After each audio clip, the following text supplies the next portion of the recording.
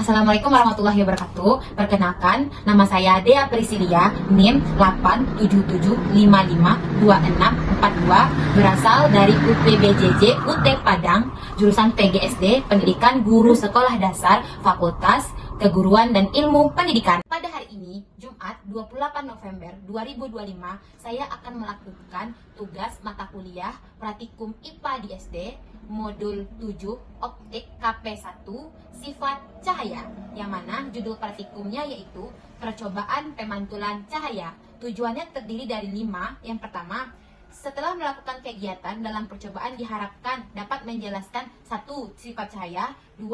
Menjelaskan sifat bayangan yang dihasilkan oleh cermin. Yang ketiga, menjelaskan sifat-sifat bayangan yang dihasilkan oleh lensa. Yang keempat, menentukan fokus cermin cekung. Dan yang terakhir, menentukan fokus lensa cembung. Alat dan bahannya itu, yang pertama, cermin datar. Yang kedua, cermin cekung dan cembung. Yang ketiga, senter.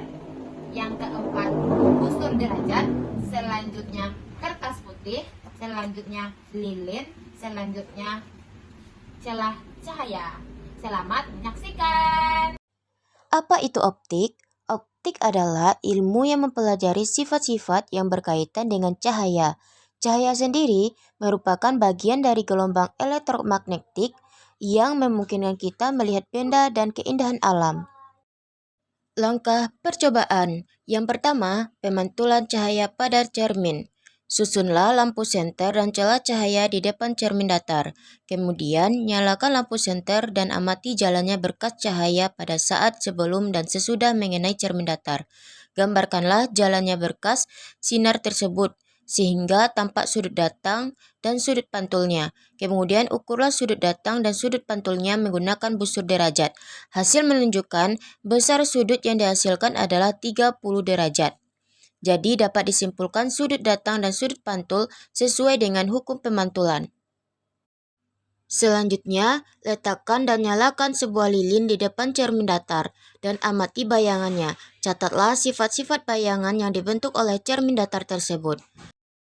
Hasil bayangan pada cermin datar bersifat maya, tegak, dan sama besar dengan bendanya. Selanjutnya, pemantulan cahaya pada cermin cembung. Susunlah alat seperti susunan alat berikut. Nyalakan lilin dan amati jalan berkas cahaya pada saat sebelum dan sesudah mengenai cermin cembung. Gambarkanlah jalan berkas sinar, catatlah sifat-sifat bayangan yang dibentuk oleh cermin cembung. Hasil menunjukkan cermin cembung memantulkan sinar cahaya menyebar atau divergen, dan bayangan terbentuk selalu bersifat maya, tegak, dan diperkecil. Selanjutnya, pemantulan cahaya pada cermin cekung.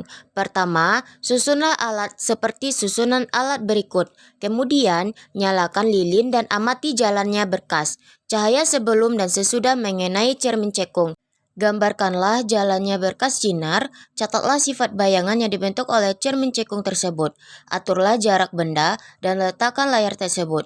Bayangan jelas dan tajam, ukur jarak benda dan jarak bayangan. Hasil menunjukkan bayangan terbentuk nyata pada layar bayangan bersifat nyata dan terbalik. Kemudian, menjauhi cermin cekung amati pada jarak tertentu.